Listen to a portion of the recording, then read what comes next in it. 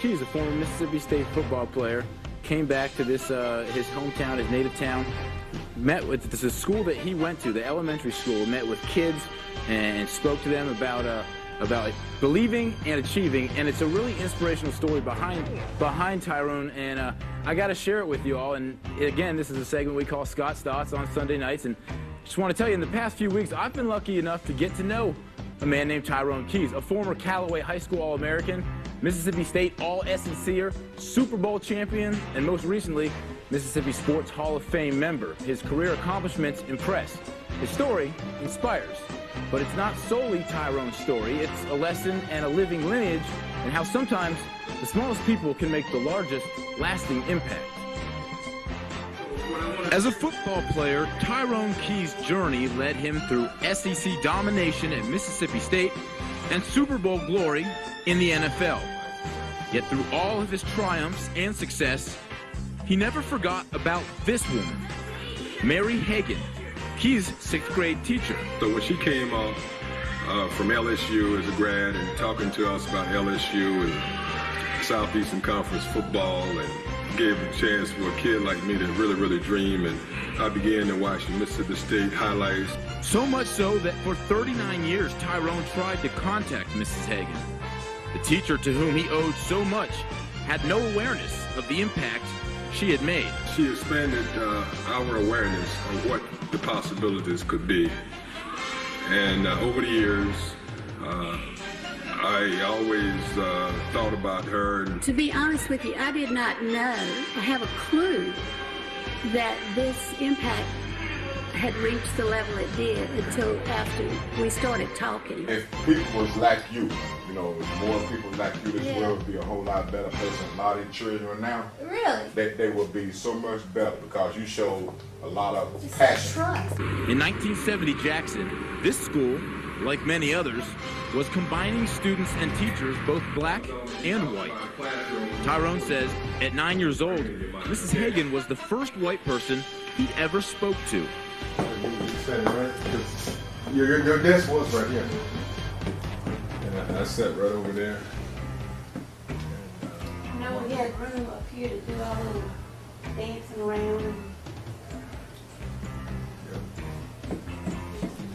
Yeah. And the other thing is, I remember those kids line up against the wall when we had too many kids in that class. Yeah.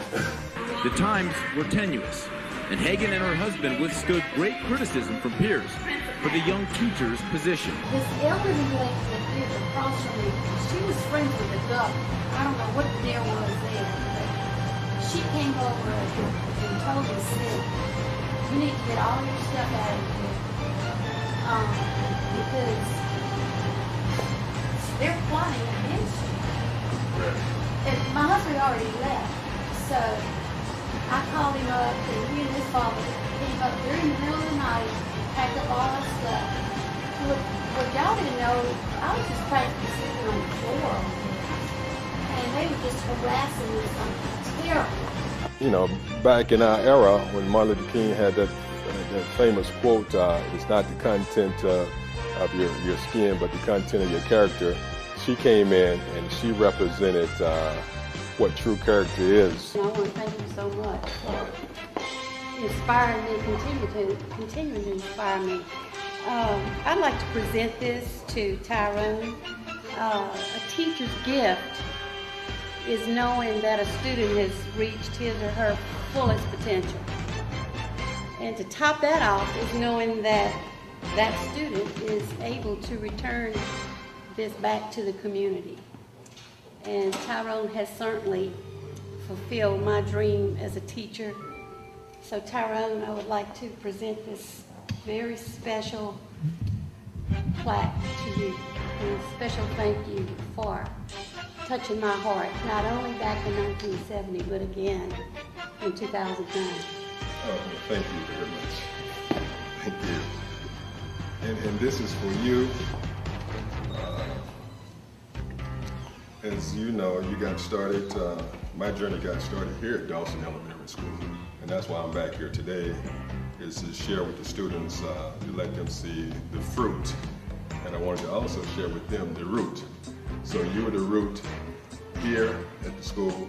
My parents was rooted at home, and I want teachers to know around the country that it's the positive words, and it's the seeds that they plant within the heart of the students, and it can come full circle if both people come together as one. 40 years ago, I was right here, walking the same halls, sitting in the same chairs that they were sitting in. So I wanted to have an opportunity to see what the picture can look like for them. We changed plans, right? But no, when you left, that you finished that whole year. Right. You know, when you left, a lot of people behind that was kind of hurt behind that. Because, you was such a lovable and respectable person. There's a lot of people behind you. I never knew all of that. I knew what y'all did to me, but I didn't know what I had done to y'all. Right. It's a teacher's dream, knowing that you had that kind of impact on a young student, especially in elementary. You never know which child you touch and what time of day you may touch that child or in what way. It's overwhelming. Every teacher strives to help assist each student in reaching his or her highest potential, and knowing that you accomplish that goal is the ultimate. When they first started talking at Tyrone's recent induction into the Mississippi Sports Hall of Fame, where teacher stood beside student for the first time in nearly 4 decades, as Miss Hagan accompanied Keys as his special guest. 6 new members were added to the Mississippi Sports Hall of Fame tonight during the first of a weekend of activities here in Jackson. Former USM football coaches Jeff Bauer and Jim Carmody headlined the list of Mississippi sports legends. Hugh Green, Tyrone Keys, John Stroud, and Robert Morgan were also inducted into the state's ultimate shrine for sports heroes. It's a great feeling because it's something I never really thought about. To be in there with Walter Payton, a teammate of mine with the Chicago Bears, now joining a teammate of mine with the Bulldogs, Johnny Cooks, and then a list of the all-time greats, and to be in that company with some of the greatest to ever play in the state of Mississippi is a great, great feeling. I'm very proud, very proud. Deep down inside, he's the same person now that he was then. A very hard worker, very caring person, very dependable, very trustworthy. But I'm very, very proud for him and his family. We touch the hearts of these children every day, and they've got to believe in us. They've got to know that we're sincere about what we say and do, and I think that's a big part of it. As you begin to see and reflect back, I mean, just for us to be sitting here almost 40 years later, sitting in this classroom, and they say you don't really find yourself until you go through adversity, and you come in here going through adversity. And of course, the journey, I always tell people this, the journey is not just for one individual, it's for everybody. And so, you bring everybody back together. And for us to be back here today, and you just shared that story with the Pope, he came down and gave you confirmation, lets you know that you following your course, and you following your calling. What makes Mrs. Hagan and our story so different is because of the circumstances and because of the fact that she could have said, adios, I'm gone.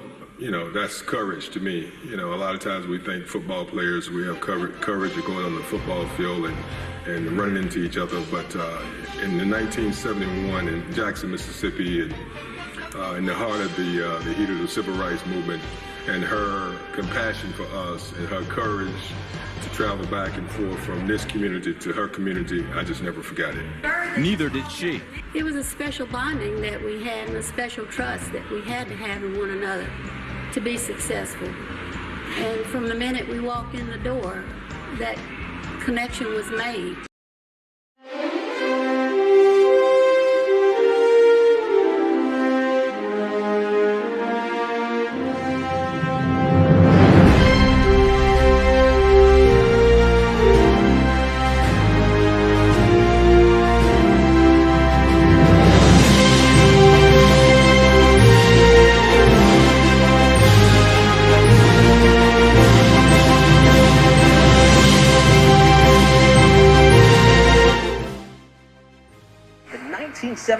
Callaway Chargers were honored today at the Mississippi Sports Hall of Fame.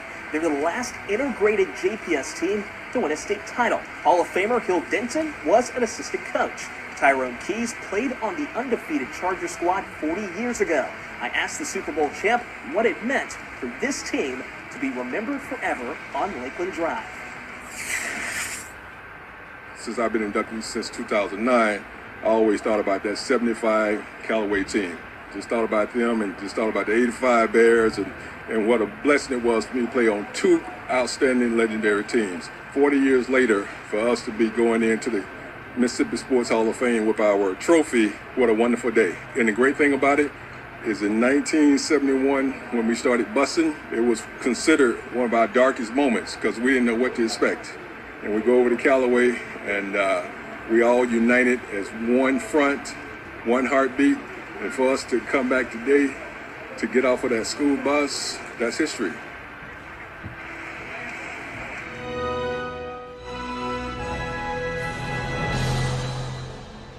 On behalf of the Mississippi Sports Hall of Fame and Museum, we're pleased that all of you are here today, and we will also be pleased to display this championship trophy representing the accomplishments of this group back in 1975.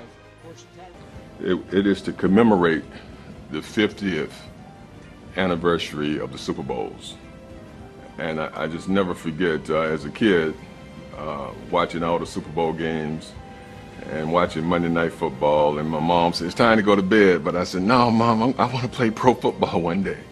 And I never would have ever thought that when my dad took me outside to kind of throw the ball around, that this ball would have taken me places. But I want to tell young students, the ball without education and without the proper mentoring is a disaster. So I encourage the young people that they have to develop character, because football by itself is a non-transferable skill. But you can take everything that you learn from the coaches and the teachers, you can take with you and you can apply it, and you can parlay the game from the playing field to the game of life, and then come back and help the next generation on their journey.